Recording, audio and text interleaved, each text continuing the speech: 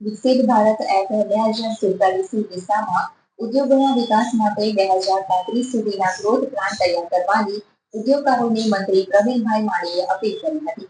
ઉદ્યોગો માટે વિદેશમાંથી આયાત થતું રો મટીરીયલ દેશ માટે જ ઉપલબ્ધ થાય અને આત્મનિર્ભર ભારતનું સ્વપ્ન સાકાર થાય તે દિશામાં કાર્ય કરવા ભરૂચ જિલ્લાના ઉદ્યોગકારોને મંત્રીએ સૂચન કર્યા હતા. જિલ્લાના ઉદ્યોગકારો સાથે અંકલેશ્વર સ્થિત જીપીસીબીના પ્રાદેશિક કચેરી ખાતે મંત્રીએ બેઠક યોજી ઉદ્યોગકારોના પ્રશ્નો સાંભળ્યા હતા.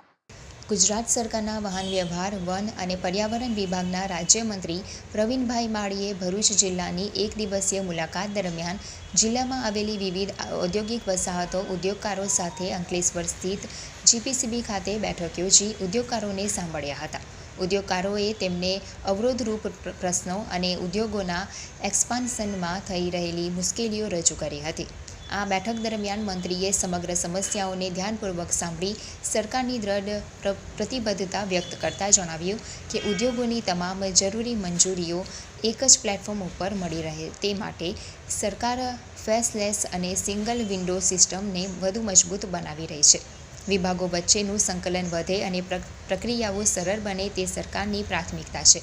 ઉદ્યોગોનો યોગ્ય ગ્રોથ થાય અને દેશની ઇકોનોમીમાં ભરૂચ જિલ્લાના ઉદ્યોગો પોતાનું યોગદાન પૂરું પાડે તે માટે સૌ સાથે મળીને કામ કરીએ. સાથે સાથે વડાપ્રધાન નરેન્દ્રભાઈ મોદી આપણને સૌને વિકસિત ભારત 2047નું લક્ષ્ય આપ્યું છે, જેને સાકાર કરવા ઉદ્યોગોએ આગામી 2035 સુધીનો સ્પષ્ટ અને સમયબદ્ધ ગ્રોથ પ્લાન તૈયાર કરવાનો સમય આવી ગયો છે.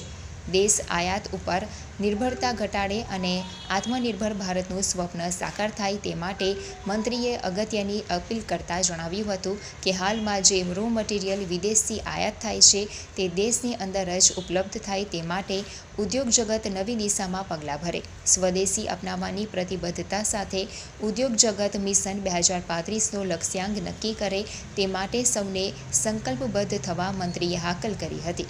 આ બેઠક બાદ પર્યાવરણ પ્રત્યેની પ્રતિબદ્ધતા વ્યક્ત કરતા મંત્રીએ પાનોલી ઔદ્યોગિક વસાહત ખાતે વન વિભાગ સાથે મળીને વૃક્ષારોપણ કરી પર્યાવરણ સુરક્ષાને સંદેશ સમાજ સુધી પહોંચાડ્યો હતો. મંત્રીએ અહીં ઉદ્યોગો દ્વારા ઊભા કરાયેલા વન કવચની પણ મુલાકાત લીધી હતી, જ્યાં વૃક્ષારોપણ કર્યું હતું.